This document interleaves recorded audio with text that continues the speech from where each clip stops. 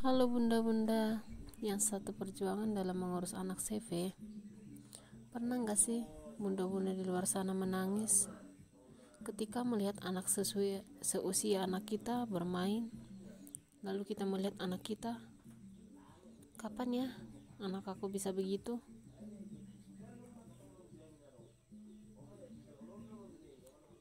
Saya sering menangis melihat anakku yang berjuang 1 tahun di rumah sakit dan hanya terbaring. Bolak-balik rumah sakit kami lalui, hingga kata-kata dokter yang bikin saya down. Kemungkinan besar anakmu ini tidak akan bisa ngapa-ngapain, atau dalam medisnya dokter bilang CV atau cerebral palsy. Ketika saya melihat anak saya kakinya yang mulai mengecil karena tidak pernah bergerak, di situ juga hati saya semakin hancur. Anak saya hanya bisa tertidur dan tidak bisa bergerak. Bahkan kepalanya aja sudah 15 bulan masih miring, tidak bisa tegap. Saya selalu merasa sedih. Tetapi ternyata dia bisa. Di awal perjuangan itu kami terapi di 3 rumah sakit. Jadi setiap hari kami itu terapi, bolak-balik rumah sakit setiap hari, sampai 3 rumah sakit kami jalanin dalam seminggu itu full terapi. Memang sih tidak ada hasil dalam waktu dia terapi beberapa bulan. Waktu dia bisa semuanya di waktu dia pulang kampung ke rumah mertua. Di situ dia benar-benar menunjukkan kalau dia bisa. Dalam 1 bulan full memang dia itu dirawat benar-benar. Tidak ada kata malas atau seperti kita kadang patah semangat. Dalam 1 bulan full dia itu benar-benar dirawat dengan telaten dan konsisten. Setiap pagi itu dia sudah ada jadwal. Dari makanannya juga dia itu sangat diperhatikan. Makanannya harus fresh dan menu makanannya juga double. Awalnya sih saya tidak pernah masak. Saya hanya bisa beli di tempat makanan yang dijual khusus untuk bayi.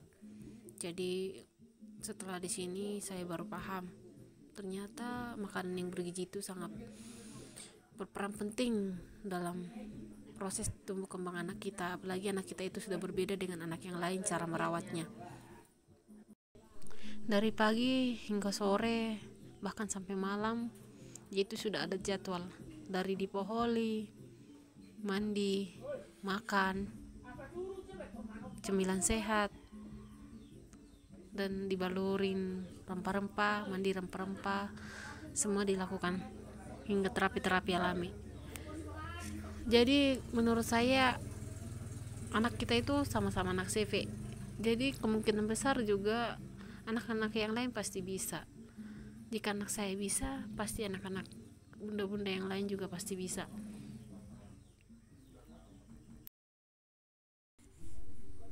Sekarang tergantung bagaimana kita mensupport anak kita. Apalagi kalau orang-orang di sekeliling kita juga sama-sama mensupport anak kita, pasti anak kita bisa. Karena kalau kita tidak ada support untuk anak kita juga down, kita juga merasa putus asa, pasti anak kita juga menjadi ikut down. Karena mengurus anak kita itu pasti sudah berbeda dengan yang lain. Jadi untuk mengurus anak kita itu harus benar-benar dengan hati, dengan dukungan keluarga, support keluarga juga. Di awal anak saya didiagnosa seperti itu, saya merasa down, merasa mengapa ya anak saya harus seperti ini, mengapa harus anak saya. Dan ketika suami saya juga selalu menyudutkan dan menyalahkan saya kalau ini adalah karena saya semakin down dan saya terpuruk. Tapi karena dukungan ibu saya dan ibu mertua saya menjadi bangkit semangat. Karena dukungan mereka, dan support mereka, ternyata saya bisa. Lihatlah, inilah bukti bahwa support itu sangat penting. Saya tidak menjadi stres lagi, dan ketika saya tidak menjadi stres, anak saya juga menjadi bahagia. Karena ketika kita stres, dia juga tahu bahwa kita lagi stres. Karena ikatan ibu dan anak itu sangat kuat, jadi batin kita itu ketika sakit dia juga ikut sakit. Begitulah aku dan dia, ya, aku dan anak aku.